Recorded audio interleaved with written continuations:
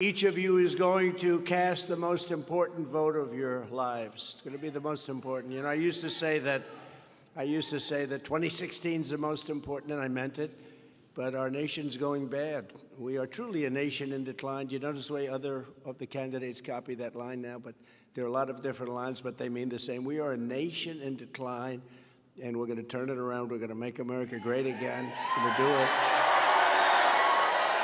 With your support, on Monday, January 15th, we're going to win the Iowa caucuses in a historic landslide. We're going to crush crooked Joe Biden, and he is crooked, most corrupt president in history. And we're going to do things for our country, and very quickly, that nobody thought was even possible. We are going to do things that are incredible and going to bring it back. I want to thank Iowa State Senators Sherilyn Westrick. Where's Sherilyn? Yeah, there's Sherilyn. He's been with me right from the beginning. And another one who I think was my first supporter in the nation, maybe the nation it could be, Brad Zahn. Where's Brad? Where is he? He's like the Marlboro Man. He's like the most handsome guy. Thank you very much. I appreciate it, Brad. Right from the beginning. Also, state representatives Heather Hora, Steve Bradley, Mark Cisneros. Thank you very much. It's really great. You've been right there from the start, and we've had a great start. We won Iowa twice, and we're going to win it again by a lot. And part of the reason for that is GOP Chairman Jeff Kaufman. Where's Jeff? He's around here someplace. Where is our Jeff? We love our Jeff. Thank you. With a great family, too. And former acting Attorney General of the United States, Matt Whitaker, my friend. Thank you, Matt. Thank you, Matt.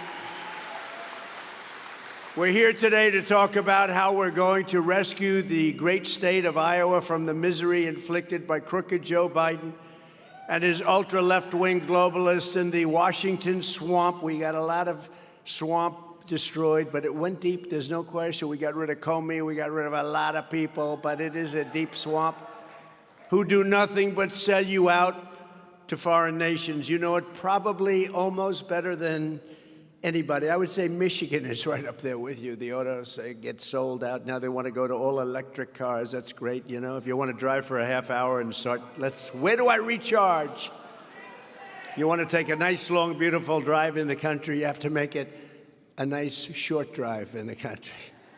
As I said in my speech last week in Michigan, I want a future that protects American labor, not foreign labor. We're going to protect our labor. A future that puts American dreams over foreign profits. A future that raises American wages, that strengthens American industry, that builds national pride, and that defends this country's dignity. And today I add a future that protects, defends, and delivers for the American farmer, because the American farmer is a big deal. You know, Joe Biden, you know that.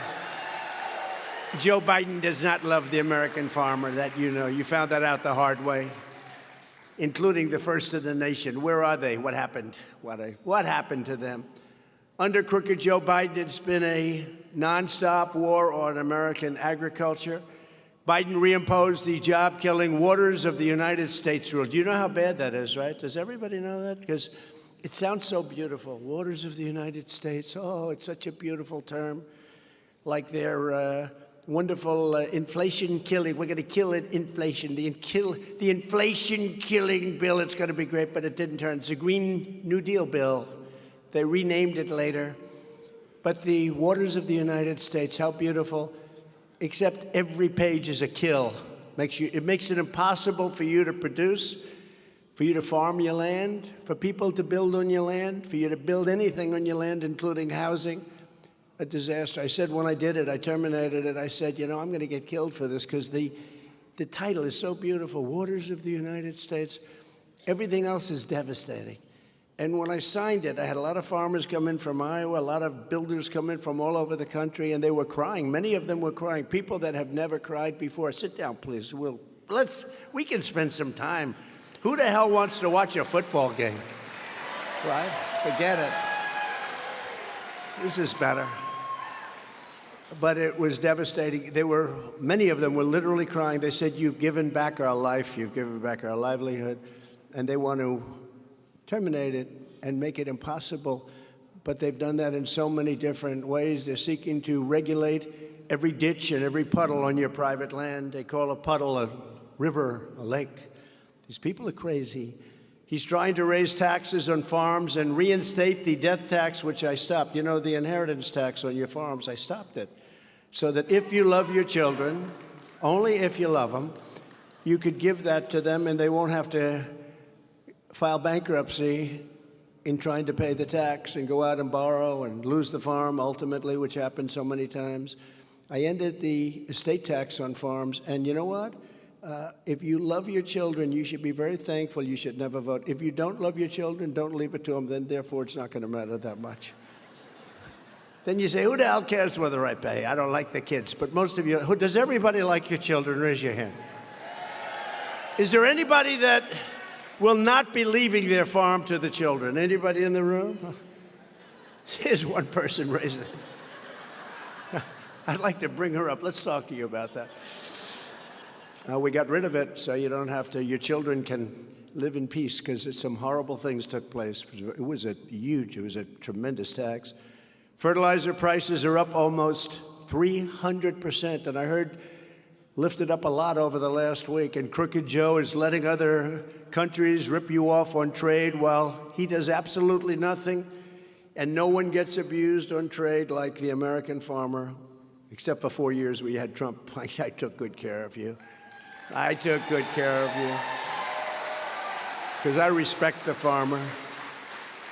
Under Crooked Joe, we are now exploding in trade deficits in agriculture. You've never seen anything like it. Nobody's seen anything like it. Something previously thought impossible. You remember where American agriculture used to feed the world, the entire world, but with Crooked Joe in the White House, we're now importing more farm product than we are exporting. Would you believe that? And we're sort of a farm country. We're importing more. Think of that. It's not even believable. That should never happen, and it will never happen under me. Going back to, you remember all the things that got you passed? I said, you only have to do one thing, buy more land and buy bigger tractors. Remember? And I was right. You never did better than under me. I passed the USMCA, very importantly, Mexico, Canada, got rid of NAFTA, and we're going to talk about that a little bit. But I also made the greatest trade deal ever made with China. The problem is when COVID came in, I didn't want to talk about it because that was so terrible what happened.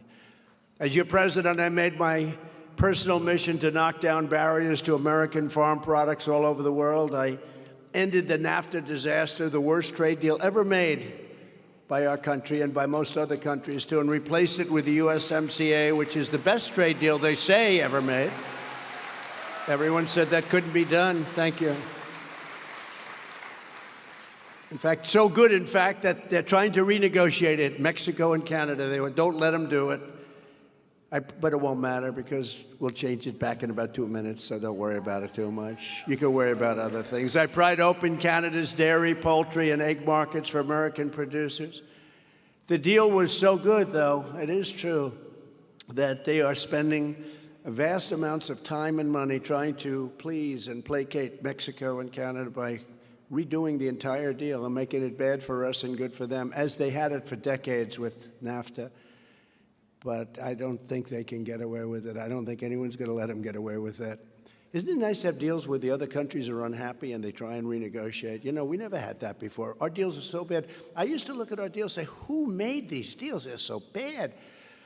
And we renegotiated the deal with South Korea for you. We renegotiated the deal with Japan. Remember the Japan deal, how bad it was? Now it's a good deal for you. With Abe, great man, Abe, Prime Minister of Japan, great gentleman. And as you know, they took his life. They assassinated Abe. Shinzo Abe, one of the great people. But we renegotiated the deal. I said, Shinzo, this is a very one-sided deal. He said, I was waiting for you to say that because he knows me, you know. Nobody else said it. He said nobody else would ever bring it up. No other president ever brought it up. I took on communist China like no administration in history, bringing hundreds of billions of dollars pouring into our treasury, when no other president had gotten even 10 cents, not 10 cents from China. They wouldn't have given them anything. I then gave the farmers $28 billion straight out of the tariffs that I took out of China. Think of that. Do you think do you think Joe Biden would have even thought to give you $28 billion? And I walked around, you know, my people said, sir, you're acting a little bit too cocky. I said, why? He said, you keep saying you've got Iowa locked up, you've got Nebraska, you've got Wisconsin, you've got farm states all locked up because of the $28 billion. I said, you think I shouldn't say that? Do you think they're going to... I got you $28 billion. They're not voting against me. Nobody would have gotten them 10 cents. They never did. They never asked. They never would have thought about it. Would have never happened. And a big chunk of that $28 billion went to the farmers in this room and went to the farmers of your great state. I got Japan to slash and eliminate tariffs on over 90% of U.S. food and agricultural exports. You know that? You couldn't do any business. They had such tariffs on your food, and we got them to virtually end all tariffs going in. Nobody thought that was possible. It was actually not that hard. That was one of the easy ones. I also won our farmers gigantic concessions from South Korea, Argentina, Brazil, Guatemala, Tunisia, Ecuador, Morocco, and many, many other countries. You know that. I did a lot. I did a lot. In total, I successfully negotiated and renegotiated more than 50 agreements to boost farm exports by billions and billions of dollars and supporting American jobs. And the reason you're doing okay now, you know, it's a big difference from 3.5 years ago, but you're doing okay. It's like off the fumes of what we did. That's all it is. But they want to take a lot of those things away, and they have taken many of them away. We'll put them back in the first day in the administration. They're going to be back.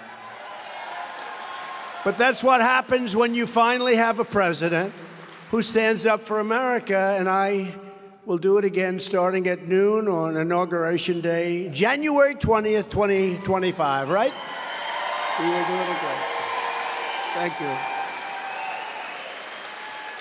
Thank you. Under the Trump presidency, patriotic protectionism, protection. We want to protect our country from people that are destroying our country. They want to destroy our country, and they see it being destroyed, and they do nothing about it. But it will be a new American way, protectionism. We have to protect our country from outside evil and also from inside evil, because I think the inside evil is actually more dangerous than the outside. Inside evil, like some of these radical left lunatics that we have to deal with all the time. That means protecting our workers, protecting our wages, protecting our jobs, protecting our industries, and yes, protecting our farmers, ranchers, growers, and ethanol producers in the great state of Iowa. We're protecting them. Crooked Joe is trying to crush Iowa ethanol. Biden's insane electric vehicle mandate. You hear that? Everybody has to go buy an electric car, even though you can only drive for about 15 minutes. I want to drive, darling. Let's have a beautiful drive to California to see how horrible that state is doing. Let's go and see if it's as bad as I hear. Let's take a drive to California, and let's go and study San Francisco, what a horrible thing it is, and let's study parts of Los Angeles just to see if it's as bad as they say, darling. And let's get in our new electric vehicle, and 30 minutes later you're saying, where are we going to get a recharge? Did you ever hear that? The happiest people in the world are the people who just got their electric vehicle charged. That lasts for 10 minutes. After that, they become somewhat schizophrenic because they're thinking about where the hell do I get it recharged? Now, look, electric vehicles are okay, but then they have their place. You know, I don't know if you know, but they want to make trucks now all electric, and the trucking industry will be decimated. The trucking industry, and I spoke to the big trucking industries, so they said, you know, these big, beautiful cabs, these beautiful, they have like penthouse apartments. I'd live in one of them. They're gorgeous, right, with the back. And they said to me, one of the executives, for 60 years I've been buying trucks, big guy. He said, and every year they got a little bit better, a little bit better, a little bit. He said, now they're so amazing. Now they want to bring us back 60 years ago. So a truck a big truck, a good, I won't use Peterbilt, but it could use Peterbilt and others that build them, and they're very good companies. They build an incredible product. You can get them with diesel, you can get them to go up to 2,000 miles. Think of that, 2,000 miles. An electric will go about 300 miles. So that means you're going to be stopping 6 or 7 times. And those are long stops, too. Those aren't like fill it up. Those are long stops. And they don't care. The greatest is the Army tank. So we have these great Army tanks that can blast the hell out of anything, right? Sherman tanks. They can blast the hell out of anything. They want to make them all electric now, so that when we go into enemy territory, guns are blazing, knocking the hell out of everything in front, we're doing it in an environmentally friendly way. Now, can you believe it? And the problem with the Army tanks, we want to be environmentally friendly. And the problem with the Army tanks is actually the electric isn't good for it in terms of the torque and various other things. But they can't go very far also. They don't go very far.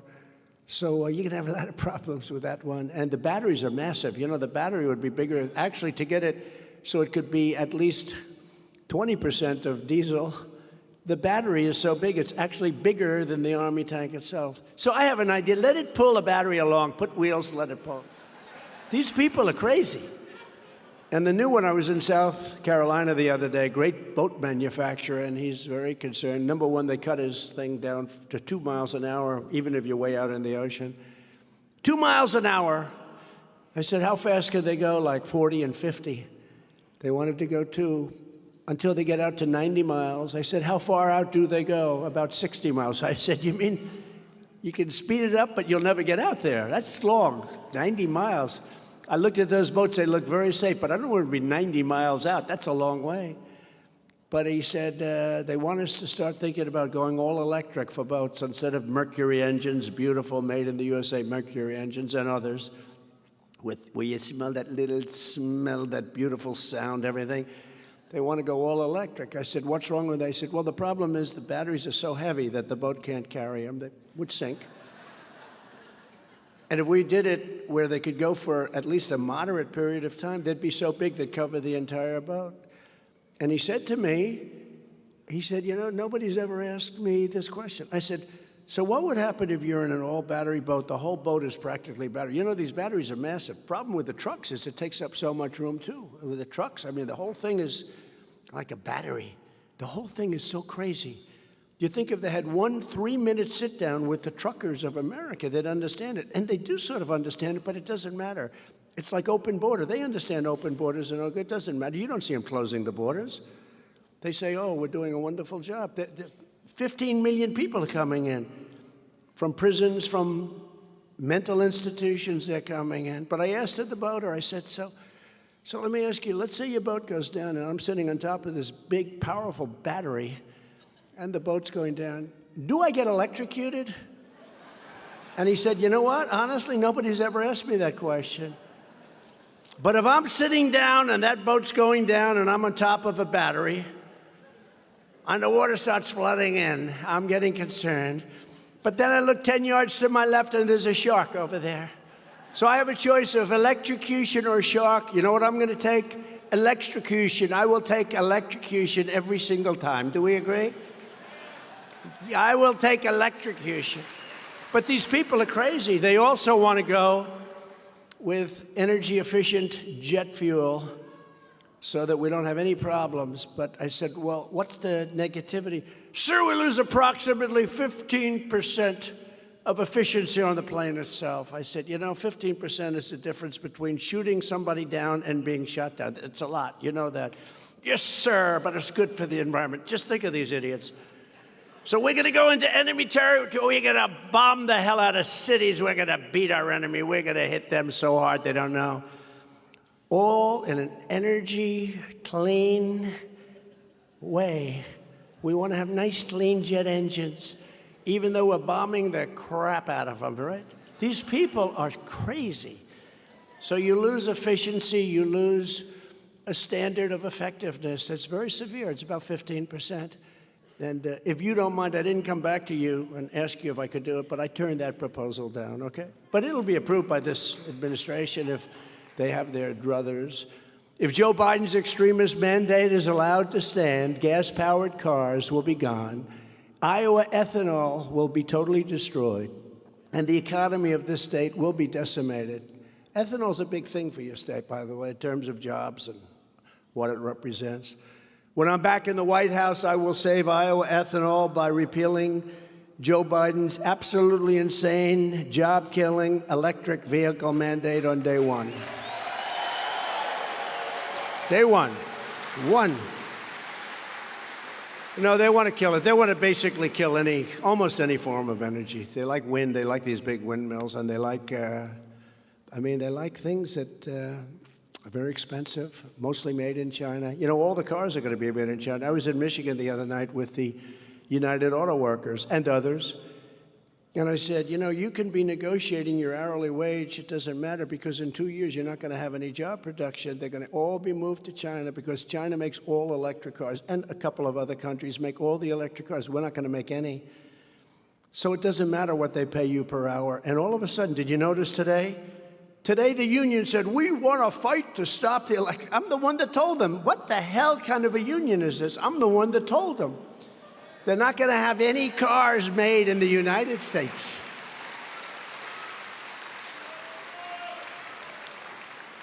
You know, I haven't figured, I'm going to do this the next time I'm here, we'll talk about it. Tractors, beautiful John Deere tractors, Case tractors, all these beautiful tractors, I love them. If they go all electric, with what I said about the size of the battery, those tractors aren't going to look so good. We're going to do a little study on tractors. I haven't heard. They probably have something where they want a tractor to be all electric, too. Wouldn't that be nice? Nice and quiet. You'll have no smell of anything as you're doing the corn, and if you're doing all of the different things you do with these tractors. What they've done with tractors are incredible, computerized, incredible, but you won't be using them for very long, because you'll be looking for a charge. You'll be out, darling, I can't do the crop today. Damn tractor, it only goes a half hour. No, we got to get back to common sense. You know, people say, you're very conservative. I said, no, I'm a person with a lot of common sense. Like, we need straight elections, free and fair. We need closed borders. People have to come into our country legally. Legally. They have to come into our country legally. We can't do this. We had the safest border in the history of our country. Now we have the most unsafe border in the history of the world. Under a Trump administration, gasoline-fired engines will be allowed, but child sexual mutilation will be banned, if that's okay with you. Child sexual mutilation. But think of it.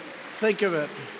Can you imagine even 10 years ago, some politician, I hate to say it, I guess I'm a politician, I don't think I'm a politician, but I'm a politician, would stand up before you and say, I will stop child sexual mutilation. You'd say, this guy's crazy. Who would think that you have to say this? But now we have to say things like that. We have to say things like, I will not allow men in women's sports. Can you imagine? No, can you imagine? No, can you imagine? Weightlifting. You see the weightlifting records are being broken by hundreds of pounds. They stood like a quarter of an ounce, and they're being broken by hundreds of pounds, records that stood for 18 years. It's so horrible, and it's so terrible for women. It's demeaning what they're doing for women. It's such a sad thing. And you better vote for Trump. I think you better vote.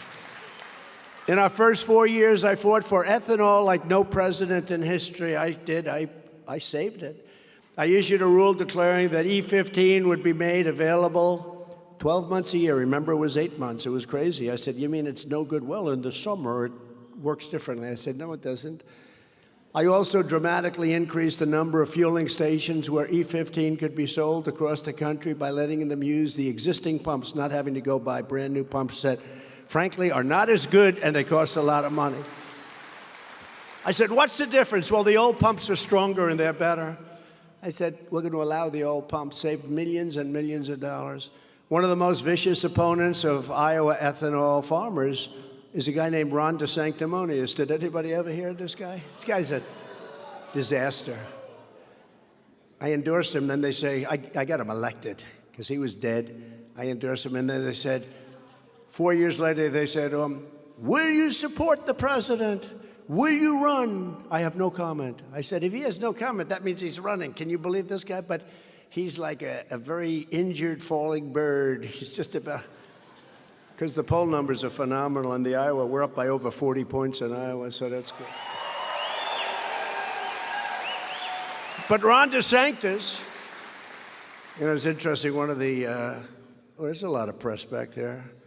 You know, we have these strong lights. As we get better and bigger, the lights get much more powerful, but you look like crap on television. I was going to tell my people, I'm telling my people now, I'm talking, this isn't for you, this is for, these lights are so powerful, they probably cost a lot of money because we're doing so well, everyone's sending in lots of but these lights are no good. Number one, you can hardly see the audience. Number two, when you go home to watch it with our great First Lady, how did I look? She said, you didn't look good, too much light. These lights are terrible. They're terrible. They look pretty when you're here. You know, it's like lit up like a Christmas tree. By the way, remember Christmas, by the way? We brought back Christmas. We brought back Merry Christmas. Nobody fights it anymore. Nobody fights it. Speaking of Christmas, remember that? I said, one of the first things I said in 2015, actually, when I was campaigning, I said, we will bring back Merry Christmas. Because these woke department stores, they didn't want to use the word Christmas. And they use the word Christmas now. We brought that back. We did a lot of things. Ron DeSantis has spent his entire time in Congress angrily railing against ethanol and fighting to terminate the renewable fuel standard, which without that, the ethanol would be it's totally destroyed. He said that demolishing ethanol was a no-brainer. Got to get it out. He also said that about Social Security, by the way, and he also said it about a thing called Medicare. Remember one thing about a politician. Whatever they say first, that's where they go. Now, they'll come back. I have no idea what he's saying. I don't really care. I think he's in 5th place in one of the states now. He dropped to 5th. He's number 5. I wonder how he feels about that. Just came out poll. He's number 5 in one state or another. But with a politician, when they come out, like he came out very strongly against Social Security, and he wanted to raise the minimum age to 70 or higher. I said, these people have worked. We could do many other things. We don't have to do that. But when they do that, they may soften a lot during the election process. But as soon as the election's over, they always go back to what they originally wanted. That's their instinct. And same with Medicare. A killer on Medicare. You deserve Medicare. You've paid a big price for Medicare and for Social Security. He wants to kill it. No, he wants to kill it. We could do plenty of other things. You know what we could do? We have more oil than any other country in the world. We can drill for oil, and what we can take out of there is peanuts compared to what we're going to save by doing harm to Medicare and to Social Security. We want to take our oil and sell it to Europe, which we were ready. We were energy independent. We were going to be, within a matter of months, energy dominant. We were doing more business and taking out more oil than Russia, Saudi Arabia, and it was soon going to be combined. We were 3rd when I got in. When I left, we were by far number 1. And we were going to start selling our oil and gas to Europe and making a fortune. And by the way, keeping the price down so that Putin wouldn't have been able to prosecute his war in Ukraine. He wouldn't have done it anyway because I told him, you can't do it, you can't do it. You can't do it, Vladimir, you can't do it, don't do it. And he didn't do it. He didn't do it during my administration. And China wasn't talking about Taiwan during my administration. DeSanctimonious also strongly opposed the $28 billion that I talked about before to defend our farmers from Chinese trading abuse. And that was abuse. They abused our farmers. And our farmers were great. When I needed their help, because I needed a little help, they had to give me a little time. You know, you can't do these things that quickly. To get it done properly, you have to leave the table a couple of times. I left the table a lot. And they came back to me every single time. But the farmers said, Nope. I'd never forget, there was an interview on television. They interviewed a couple of farmers, and they said, all of them in unison, nope, our president's doing the right things. We're with him all the way. And when I got that incredible deal where China has to buy $50 billion worth of our products, you know, it's supposed to be 15. It's supposed to be 15 billion, and I misunderstood. I heard it as 50. So my guy said, sir, 15. I said, wait a minute, you told me 50. No, we always said 15. So perhaps I'm losing a little hearing or something? I said, I heard 50. They said, no, it's 15 we're asking for. I said, ask for 50. You'll get it. They asked for 50, and they got it. It was as simple as that. So it was good that I didn't hear it perfectly. Right, Madam Senator, right? Great job you do.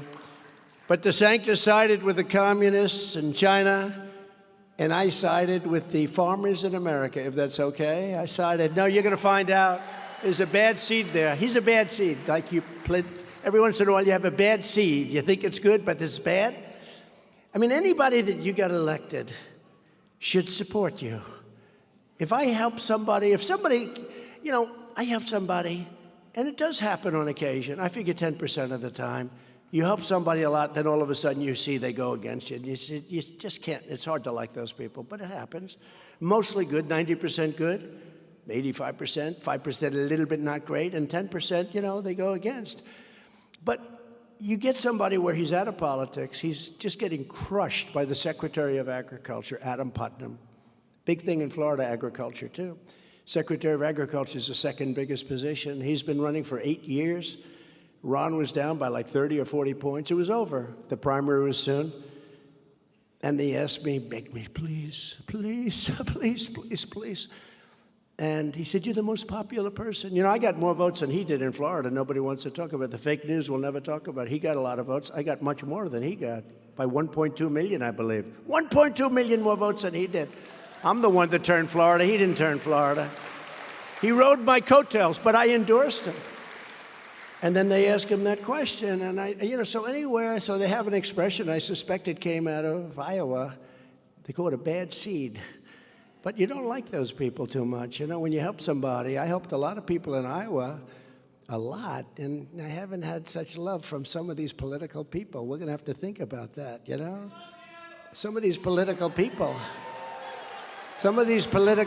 But I don't mention names because I like to stay very, very non-confrontational. But some of these political people that are running, that were begging for my support. Sir, please, sir, could you do a rally? Sir, please, could you endorse me? I need your endorsement. So, you know, my endorsement were almost 99% when I endorse somebody, a Republican, they win. And they're asking me for endorsement. Then I heard they're going to remain neutral. I think we're going to remain neutral, sir. I said, I would have liked to have remained neutral, too. So anyway, but you got to remember that, you know. But with this guy DeSantis, so he's running, and we hit him hard. You have to. And we've hit some of the other ones hard, too. And despite the fact they say, sir, he's a Republican. You shouldn't hit him hard. I say, if you don't mind, let me do it my way. My consultants, my geniuses in the back, they get paid a lot of money. But we hit a lot of the other ones hard, and some of them we don't hit hard. I mean, I respect some of the people that were running. By the way, the debate numbers were the lowest in the history of debates. You saw that, right? So that was good. And my speech, simultaneously put in Michigan to the auto workers, got great ratings. So it's good. There's something going on in our country. We want our country to be back. We want our country to be run by people with intelligence, with common sense, with smartness, with love for our country, not love for other people in other countries. But DeSantis is, you know, is great. You talk about branding. Branding is a great thing. You brand somebody. So it's DeSanctimonious. I never said this. It's DeSanctimonious. But you can't keep using it. It's too long. But it's a beautiful term. It, you know, DeSanctimonious, it flows. But you sort of can use it once every 2 or 3 paragraphs, right? Brad, wherever the hell, Brad, my Brad. Where the hell is that guy? He's the greatest. But he was there right from, I think he's the first person that endorsed me in the whole country. The whole country. So I happen to love him. See, I'm very loyal to people like that, you know? But think of it. So it's De Sanctimonious. But the abbreviation is De Sanctus. If you put the two words together, put De Sanctus underneath, it's a beautiful thing. There's actually a certain genius to it. So he's being interviewed by one of the networks on a straight interview. Ladies and gentlemen, we're pleased to have Governor Ron DeSantis with us today. Thank you very much, Governor DeSantis. No, it's DeSantis. But he actually changed his name, right? He went DeSantis, right? He doesn't want DeSantis. He wants DeSantis. And I left him a message. Never change your name in the middle of a campaign. Do you agree with that? Never change your name, Senator, in the middle of a campaign. Anyway, but he's looks like he's toast. I never say that about anything. You know, I could say, I'd go into a deal in business, and they're waiting for me to sign. Everything's done 100%, and I'm walking into the conference room ready to sign. I say, what are my chances of getting it done? So I'd say, what are your chances of getting it? Now, all they need is my signature. I'd say 50-50.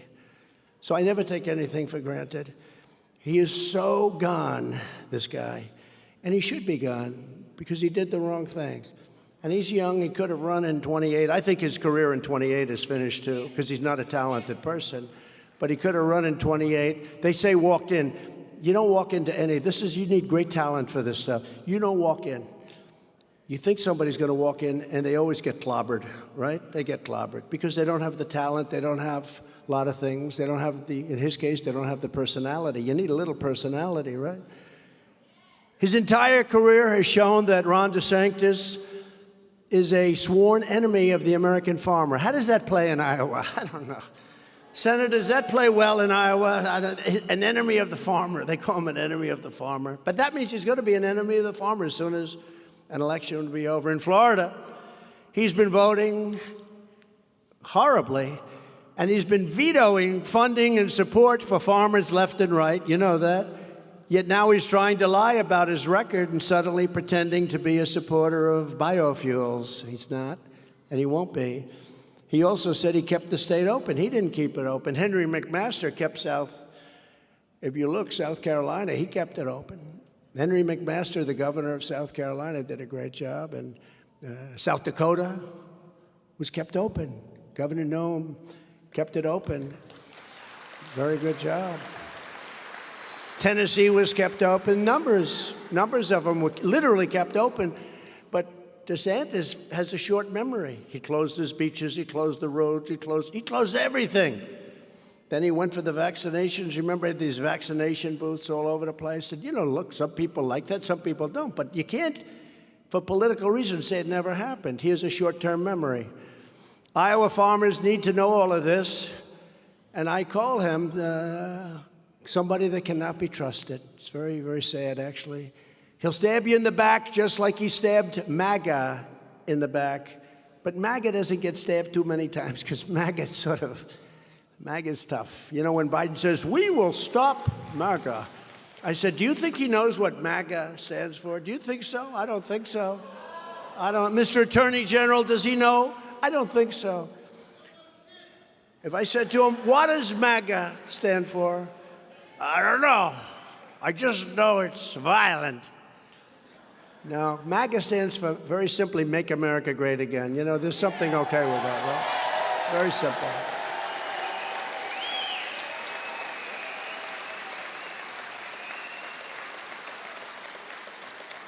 He made a couple of mistakes. He said, it's Ultra MAGA. And I said, that's a great term. We actually make hats now, Ultra MAGA. Some of our very, very serious supporters like those hats. By contrast, every promise I made to Iowa as a candidate, I fulfilled as your president, and much more so. I fulfilled much more than I promised, actually. Not too often do you see that from politicians. And I will remain the champion of American farmers with 4 more years in the White House. I will, I promise. Within hours of my inauguration, I'll cancel every Biden policy that is brutalizing our farmers. I'll appoint a special team to attack the high price of fertilizer and get the price way down, because that price is very, very high. Get it way down like I'd like to get those lights down. I'll get it the same thing. Those lights are terrible. They're blinding, but I get used to it. And I'll tell other countries where we spend billions of dollars. We spend billions and billions on military protection and other things, that if you do not give preferential treatment to our farmers, and I started this, we did a lot of it anyway. But to our farmers, our growers, our producers, the troops that we have there protecting them, where they pay us like nothing. It's probably not even a good thing to do. Many of them hate us, and we're protecting them. But all those troops are going to be coming home immediately, and we're not going to be spending any money in those countries, okay? They got to buy from our farmers and our manufacturers. It's no wonder the far-left lunatics are getting desperate to stop our movement by any means necessary. As you know, crooked Joe Biden and his radical left thugs have weaponized law enforcement to arrest their leading opponent on fake and phony charges. I got arrested 4 times in the last...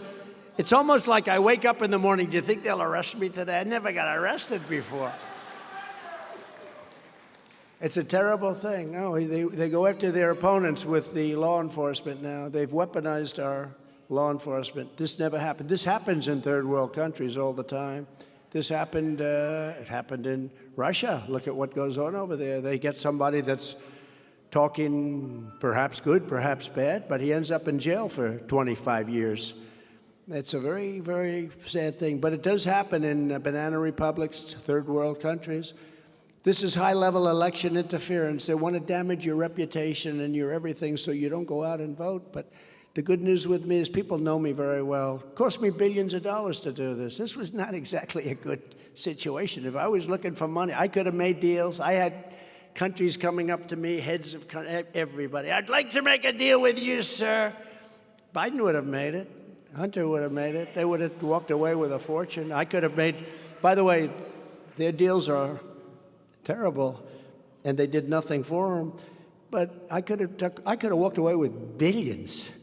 I said it's just the wrong thing to do. I told my kids that they'd be offered to do deals all over the place. Can't do it, I'm president. Can't do it. My poor kids, I mean, all they did is get subpoena after subpoena, and they didn't do anything. They're good kids. But this is high-level election interference at a level nobody's ever seen, actually, before, and it's happening for a single reason, because I'm the only candidate they do not want to run against.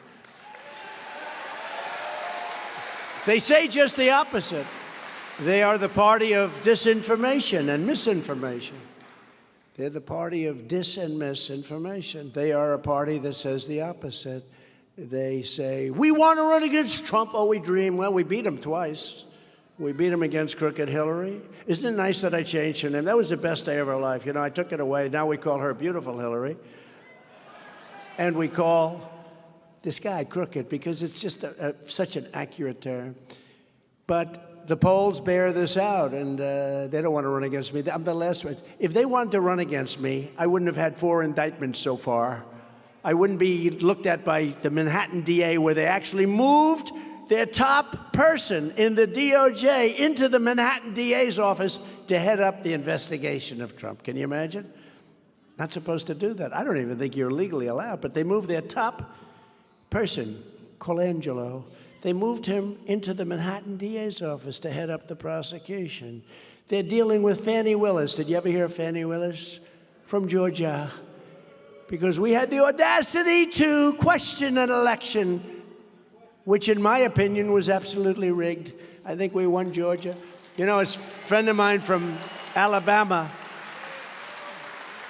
said, you don't win Alabama by the biggest number in history. You don't win South Carolina by the biggest number in history and then lose Georgia by a whisker. You don't do it. No, it's a shame. We have to straighten out our elections, and we have to close up our borders. But in last week's big ABC poll, I'm leading Crooked Joe by 10 points. They don't like that. And in the brand new, just came out, New York Post poll, we're beating Biden by 11 points. No, they don't want to run against me. They want to run against anybody but me. But they want to say, I want to run against Trump. That's right, I want to run against Trump. He's only leading me by 11 points. Let's run against him. By the way, all the other candidates are losing to him, which is actually hard to believe, to be honest with you. In the new Morning Consult poll that you saw yesterday, I'm at 63%, and DeSanctimonious is at 12%. Other than that, he's doing very well. In New Hampshire, and that's the state, DeSanctimonious has fallen all the way down close to the bottom of the pack, and we're up 33 points on everybody else. The radical left Democrats rigged the presidential election of 2020, and we're not going to allow them to rig the presidential election of 2024, because if we do, we won't have a country anymore. We won't have a country. Right? Every time the radical left Democrats, Marxists, communists, and fascists indict me, I consider it a great badge of honor. Because I'm being indicted for you. Thanks a lot, everybody. I appreciate it. First Lady, I'm being indicted again tonight. Again? She goes, again? I'm being indicted again tonight for the people of Iowa. No, it's terrible. When you have to call your kids, kids, listen, Dad's going to be indicted tonight. Ivanka goes, again, Dad? Unbelievable. These are sick people. Thank you, darling. I appreciate it. Thank you very much. That's very nice. I love you, too. Never forget, our enemies want to stop us because we're the only ones who can stop them, and they know we're stopping them. They want to take away my freedom because I will never let them take away your freedom. Never let them take it away. They want to silence me because I will never let them silence you. And in the end, they're not after me, they're after you, but I just happen to be standing in their way, and I will always be in their way. This is not a campaign, this is a movement. You know, Newt Gingrich said the other night, this is the greatest phenomenon in the history of politics. There's never been a movement like Make America Great Again, or MAGA, you could call it, but there's never been a movement called America First. You never heard the term until we came along, America First. How beautiful is that term? What do you stand for? America First. Oh, put him in jail. That's terrible. Let's put him in jail. What do you stand for? MAGA. We stand for MAGA.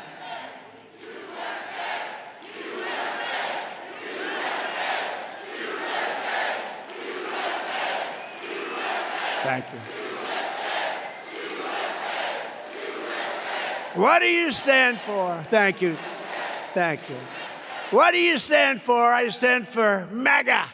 Make America Great Again. And then they say, oh, that's insurrection. Put him in jail. Make America Great Again. No, if we ask Biden, what does MAGA stand for? Let's say, I'm going to do this at a debate, and he can practice, but he won't remember it. I'm going to say, what does MAGA stand for, Biden? What does it stand for? You know, I was much nicer to him. You know this. This only happened over the last. I'm very nasty now because he's the most corrupt, most horrible president. He's incompetent.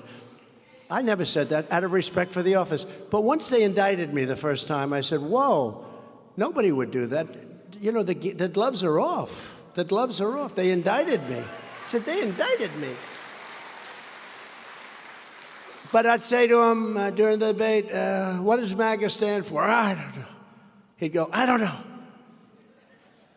And then the announcer would come and protect him like Chris Wallace did, remember? Remember when I said, why did you take $3.5 million from the mayor of Moscow's wife? And Chris Wallace, how's he doing, by the way? Chris Wallace said, this question should not be asked. This has nothing to do. No, I want to know, why did he get, now it's the biggest subject. He got $3.5 million. I was right. That was a long time ago, during the debate. And anyway, now he's a stone-cold crook. Together we have fought for this country like no movement has ever fought before. There's never been a movement like this. Probably I could say a world movement, but, you know, I tell the story like a guy like Pat Buchanan. He's great. I think he did really well in New Hampshire. I think he came in second, but he did really well. And for 40 years plus, he's become, you know, he's a big political pundit. Now he's sort of retiring or retired, but he's a great guy. But he came in second in one state. We've come in first in virtually every state. Think of that. There's never been a movement like this. And when we win in 24, I believe it will go down as the greatest political victory in history. I believe that. I do. I believe that. I think that. Actually, much bigger than if they gave us the election the way they should have given it. You ever read that Time magazine article? They basically told you how they cheated, you know. But they used COVID to cheat, and they didn't go through the legislatures, all the things they had to do, and they stuffed ballots too, by the way, you know, the old-fashioned way. But the good thing is that we've seen how bad they are. And Jeff, that's why we're going to win so big. Addition. I think people like me, actually. You know, they say, we love his policies, but we don't like him. That's always the enemy. Jeff, you like me, right? No, they're crazy people. But they say that they love his, you can always tell somebody doesn't like Trump. Well, they love his policies, but they don't like him personally. I think they like me personally. You know, by the way, the poll just came out. We're leading with women, with suburban women, with men, with black, with white, with Asian, with Hispanic, with people that went to MIT, like my uncle who has 3 degrees. We like leading with people like that. He passed away a long time ago, but he was a smart one. And we're leading with young kids that don't even have a high school education. We're leading with everybody. We're leading with everybody. We're leading with minority groups. We're leading with that have never, nobody's ever even come close. And in particular, the Hispanics. It's unbelievable, the numbers. I mean, if those numbers are correct, you cannot win an election if you're a Democrat. But they're very bad people. A lot of them, these leaders, are very bad people. The Republicans tend to be much nicer. And I'm telling them, please don't be nice. Please don't be nice, because we have to win this election. Because if we don't win this election, we're not going to have a country anymore, period. We're not going to have a country. We created the most secure border in U.S. history and built nearly 500 miles of border wall. You know, they'd like to say 52 miles. No, we had some renovation. They call it a renovation. If a 2x4 is laying on the ground, rotted, rusted, all horrible, 2x4, if there's steel that's rusted, 2x4's wood rotted out. It's been there for years, hasn't been touched. You could step over it. And then I build a 40-foot wall, a 50-foot wall, or a 30-foot wall on top. They say that was a renovation. That doesn't count. These people, I'll tell you what they have. I'll tell you, they have a great line of bullshit. That's one thing I can tell you. That was a renovation. Like sloppy Chris Christie. Oh, he only built 56 miles of wall because there was some wood laying on the ground. So they call that a renovation. We built almost 500 miles of wall. Even the Obama administration says it in their stats. But we totally fulfilled that. And this was against Paul Rhino. Do you know who Paul Rhino is? Paul Rhino. And probably one of the worst Republicans in history, Mitch McConnell. Okay? He did it again. He came out and he saved the, did you see that? They came out, they saved the Democrats yet again. They keep saving the Democrats, but eventually that ends. But these guys, they didn't want to build the wall. They told me they do. Oh, we do, we do. Could you wait 1 year? Well, I don't want to wait, but I'll wait a year. I promise you, sir, we'll give you all the funding. They didn't give me the funding. And so I took it out of the military. I said, this is an invasion of our country. And I took it out of the military. And the military was great with it, actually. They were great with it. But we were going to add 200 miles to it, because after it was built. And by the way, who helped us with the wall? Mexico. Mexico helped us. I said to Mexico, you got to give us 28,000 soldiers during the building of the wall. They said no. I said, yes, you got to give it to us. No, no, no, we're not going to do it. Bottom line, you've heard the story. I said, we're going to put a 25% tariff on everything you sell into the United States, including your millions of cars. They said, sir, we'd be delighted to help you with soldiers. It's such a wonderful idea, sir. Thank you very much. Thank you very much, sir, for asking us to give you 28,000 soldiers to help you with your problems. But we paid nothing for those soldiers. So when you hear these lunatics back there say, Trump didn't get anything from Mexico, well, you know, there was no legal mechanism, because I said they're going to help fund this wall. But there was no legal mechanism. You know, how do you go to a country and say, by the way, I'm building a wall, hand us a lot of money? But what they can do is they gave us soldiers. The soldiers, the value of those soldiers was far greater than any amount of money they would have given us to build the wall. So, you know, they helped us a lot. And we created the safest border in history. Got rid of catch and release. We did a great job. We had a policy called Remain in Mexico. How do you think that was when I told the president, we're going to have a new policy. What's that? Remain in Mexico. all these millions of people, we're going to want them to remain in Tijuana. You ever see Tijuana? Not a good picture. And they said, no, no, no, we won't do that. And I said the same thing. I said, we're going to tax you and tariff you at a level that you've never been tariffed before. And they said, we would love to have them in Tijuana and anywhere else. You know, we have tremendous power if you had people that knew what the hell they were doing. We have tremendous power. Same thing with China. We have tremendous power. And remember this, it's not part of what I'm talking about with respect to our farmers, our manufacturers, but I am the only president that will keep you out of World War III. Because President Xi and Putin and all the rest have respected your president. They didn't see a guy that couldn't find the exit from a stage, like there and there. You know, a stage has two stairs, generally speaking. But even if it had one, it wouldn't be that complex. And this guy can't even find the exit. He walks to the back wall. Where am I? And he's the one negotiating to keep us out of a nuclear war, a war the likes of which nobody's ever seen anything like it. This is not 2 army tanks run by electric. EV army tanks run by electric that shoot at each other. No, actually, the bad part is ours would be electric. The enemies wouldn't be electric. So they'd have a big advantage over us, right? They probably wouldn't have ours around very long. But this would be nuclear weapons, the likes of which nobody's ever seen. I've seen, and I fully understand. And this would be an obliteration of perhaps the world. And we have a man who has, in prime time, wasn't a smart person, but this isn't prime time for him any longer. He has no clue what he's talking about. And we are closer to World War III right now than we've ever been.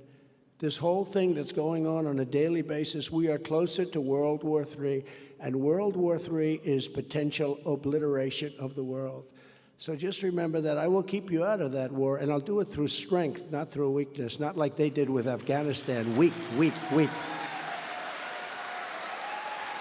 We appointed over 300 federal judges and 3 great Supreme Court justices. I fully rebuilt the U.S. military, created a Space Force, defeated ISIS, and I was the first president, can you believe this, who didn't start a war. Now, I finished up. We beat ISIS. We took them down in 3 weeks. They said it couldn't be done in 3 years. Our military is incredible. The right people. Got to know the right people. But I brought our troops back home. Remember Syria and Turkey? Remember they were having the problem? And I brought our troops back home. We had 5,000 troops sitting in between 2 armies, Syria and Turkey, hundreds of thousands of people. We had 5,000 troops trying to maintain the border. I said to some of our good generals, our real generals, not guys like Milley, I said to some of our good generals, what do you think of that? They said, sir, they get annihilated. They can't do it. I said, that's okay. So they've had that border in different names, but they've had that border for thousands of years. They've had that border. So what the hell are we doing there? I took our 5,000 troops out. Everyone said, oh, this is a terrible mistake. Nothing happened. We got them out. That was years ago. Nothing happened. Nobody wants to report about that. The fake news won't report. We did a lot of things. You ever see those hats? Trump was right about everything? Pretty much. I got to say, pretty much. I stood proudly with our friend and ally, the State of Israel. I kept my promise, recognized Israel's eternal capital, opened the embassy in Jerusalem. I got it opened physically, too. It was supposed to cost $2 billion. I got it done for $500,000. I said, do we have any renovated? We can renovate a building. They said, we have one really good and a good look. We're going to buy a terrible piece of land in Jerusalem. And I said, do we have anything good? Yeah, we have the best piece of land, and it has a building that's not being used on it. We took some funds and we renovated it for $500,000. We saved $2 billion. And the $2 billion probably would have never happened anyway because they would have never got it built. So not only recognized, I also got the embassy built. And I also got to recognize, and did this for Israel, recognize Israeli sovereignty over the Golan Heights. That was a big thing. 52 years people fought for that. I got it done in about 15 minutes. I withdrew the United States from the disastrous Iran nuclear deal. Unfortunately, This administration never picked it up. That deal would have been done within a week after the election, but this administration never did anything, and Iran is very close to a nuclear weapon. You better be careful. But all of that was just the beginning. Here is just some of the agenda that we will immediately implement when we become, all of us together, we become the 47th President of the United States. I will totally obliterate and finish the job we started out. We got interrupted by the gift from China, COVID. We will totally obliterate the deep state. We will overhaul and rebuild the corrupt FBI and corrupt DOJ from the ground up. Before I even arrive at the Oval Office, shortly after I win the presidency, I will have the horrible war between Russia and Ukraine settled. It'll be settled very quickly. We're not choosing sides. What we want is we want people to stop dying. Hundreds of thousands of people are dying in that war. That will be the worst and most horrific surprise when you see the real numbers when they're announced. When they knock out those entire cities of massive buildings pouring down, and then they say 2 people were slightly injured. No. Thousands of people were killed. The real numbers are far worse than anyone knows. I want people to stop dying. It's ridiculous, and they will do it. Putin will do it, and Zelensky will do it. Crooked Joe Biden has 3 major problems, and all of them begin with I: inflation, immigration, and incompetence. To stop Biden's inflation catastrophe, bring down the cost of energy and become energy independent, and even energy dominant. Very quickly, we're going to be energy dominant. And your energy prices will go down. And those big, beautiful tractors that you bought that now you don't need as much as you thought, but you'll need them, so don't do anything with them. But your cost of energy is going to be way, way down in Iowa and all over the country. But 3 years ago, we did, and now our theme is drill, baby, drill. We're going to get it done very quickly. It's going to happen very fast. I heard DeSantis said, well, I could be for 8 years. I could be for 8 years. Anybody that says they need 8 years, you don't want to vote for them, number one. I could get this stuff done in months. Months. You're going to see things happen. Anybody that says, 8 years, you don't need 8 months. We will quickly rebuild the greatest economy in the history of the world as we had it. On day one, I will sign a new executive order to cut federal funding for any school pushing critical race theory, transgender insanity, and other inappropriate racial, sexual, or political content on our children. We will once again teach our children to love America, and we will have great schools that lead to great jobs, and we want our children to have incredible lives. And just so you know, I am going to terminate the Department of Education, move education back to the states. Very early. So that Iowa can run their own education. Many states will do a phenomenal job. And you know the expression, what do you have to lose? Look, we're number 40, number 38. Out of 40 countries, we spend double and triple what other countries spend. You have Norway, you have Denmark, you have Switzerland, you have China, big, top 5. But you have all these countries.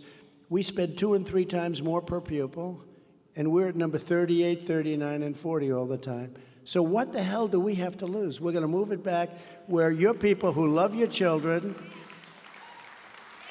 can help your children and other people's children get a proper education. And you'll control it. You'll control the principals, by the way. We're going to bring back your parental rights. That's another thing. Can you imagine? We're going to bring back your parental rights.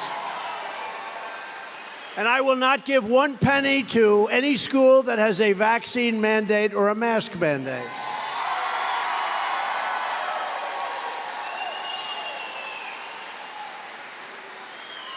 And we will gain total independence from China, and I will hold the Chinese Communist Party accountable for unleashing the China virus upon the world.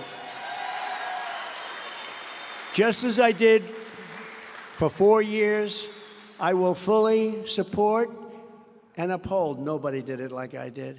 You never had an ounce of change. Your Second Amendment, okay? Which is totally under siege. And I will secure our elections. We're going to have free and fair elections. Here, you don't have such a problem. Our goal will be one-day voting with paper ballots and voter ID. It's very simple.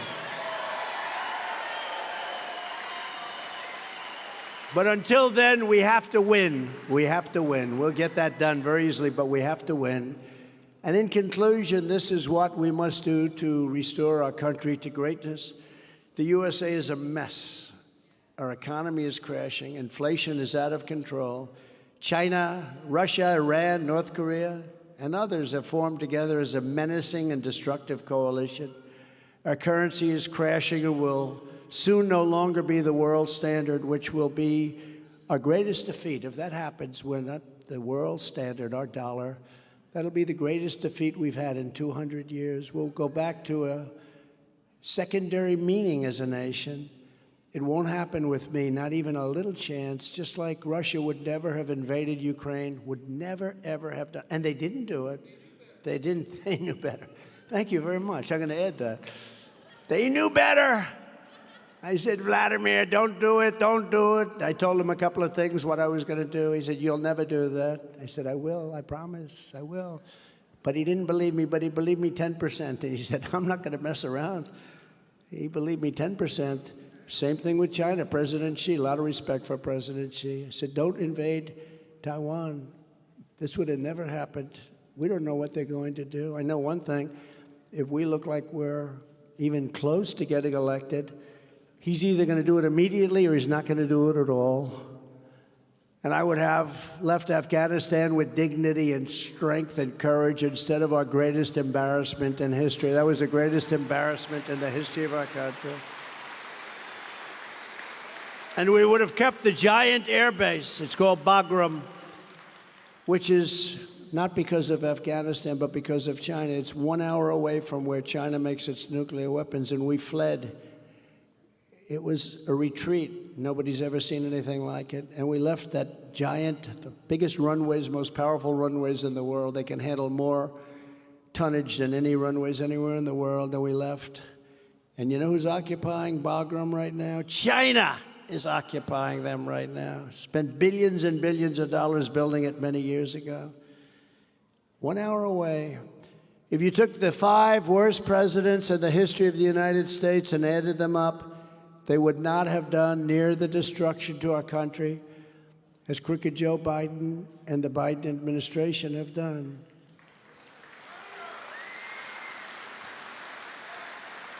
And very sadly for us, and by the way, I wish we were a thriving nation, a happy nation, a great nation, and I probably wouldn't have even done this, but if I did, I guess I wouldn't win, and that would be okay, but we're not. We're a failing nation. We're a nation in decline like never before. We've never been like this. We're not respected. Anywhere in the world, they laugh at us. They see this clown go over and doesn't even know what the hell he's doing. Where am I? What country is this? He goes, thank you very much, and he'll name a country, and it's the wrong country that he's in. That's happened. He used to do it with states when he was campaigning. It's great to be in Idaho. Sir, this is Iowa. Oh. But that you can sort of understand a little bit. You know, the potatoes get mixed up with the corn. But here's one. It's great to be in the state of Florida. I love Florida, palm trees. And he's in Iowa. That was not good. That was not good. No, this is a disaster for our country. And, you know, we smile, we have fun. But this is a very dangerous time for our country because we're being led by a person that's grossly incompetent and also extremely dishonest. And now these radical left lunatics want to interfere. They want to break up and interfere with our elections by using law enforcement. They want to go after their opponent. Think of it, if I got elected, I'd say, wow, somebody's really doing well over there. Indict him! Indict him! Indict the senator right over there, that beautiful female. She says, no, please, indict her! And you know what? When that happens, she'll get up within 20 minutes and announce, right, Jeff? I'm out of office. I'm the only one. I'm the only one that's ever been indicted where my numbers have gone through the roof. Because people know me well. Even Jeff is here. True. I'm the only one that's never happened before. We're looking. Maybe in 1801 there might have been some. No, it's terrible. I mean, these are corrupt people. Corrupt people. And we can't let this happen. If you want to save America from this horror of crooked Joe Biden and the radical left, and again, I don't actually believe it's him, because I don't believe he's smart enough to be doing this stuff. I believe it's the people that are surrounding him. They're radical left Marxists and fascists and communists, and they're bad people. And that includes people in the Justice Department and the FBI. So if you want to avoid this, you've got to go out, get every patriot that you know, make sure they are registered Republicans, and get them out to vote in their local precinct caucuses at 7 p.m. on Monday, January 15th. Now, that's a very big thing because we got to really put on a big, beautiful show of strength. And then we have to win the election after that. But we have to win those caucuses, Jeff, and I want to thank you and your family and everything, because he works hard. And of course, he's neutral. He should remain neutral. I hope he's not too neutral, by the way. But he's about head of the Republican Party. I think he's neutral, but I don't know if he is. I don't think that people want you to be neutral because they know what the competition is. They don't want it. We don't want to play games anymore. We don't want to play games. You know, when a debate goes on, and it's so bad for a party, you know, a debate. These people, I got one guy, Asa Hutchinson. Ada, I call him Ada. Don't ask me why. He goes, boring. He is boring. But he's a nasty guy. We will stop. The guy has 0. Why would he be on a debate? Why would he be on a stage? Sloppy Chris Christie, he's at 2%. He's like a deranged person. He suffers from Trump derangement syndrome. We don't like Donald Trump. I'm going to stop Donald Trump. If the guy starts crying. What a loser. These people are so bad. They're so bad. They're so bad. I mean, Nikki Haley says, I will never run against our president when she's leaving. He's a great president. I will never run against our president. Then she announces she's running like nothing happened. I call her Bird Brain, like nothing happened. That's her new nickname. It'll catch on when you get to know her. No, but think of it. Think of it. She announced, I will never hear it on tape. We put it up on Truth. Does everybody go Truth Social, please? That's my only voice. I got like 90 million people on Twitter. I should have 200 million, by the way. They cut it way back, but that's all right. We call it X. What was that all about, X? What's going on? And they're waiting for me to come, but I got Truth. Truth has been incredible. You know, we have like a 60-point lead everywhere. I did that with Truth. I didn't do that with anything else. But the voices on Truth, what a job they're doing. Devin Nunes and the group, what a job they're doing. Great people, great patriots. Truth Social. But we're asking you to commit to caucus for us and to bring anywhere from 3 to 100 people with you. Bring all your friends to caucus for our campaign. And to do that, text Iowa to 88022 or sign up at ia.donaldjtrump.com to get involved, okay? I hope you can do it. Because we're way ahead, but you want to show that strength. You have to go and show the strength. 2024 is our final battle. With you at my side, we will demolish the deep state.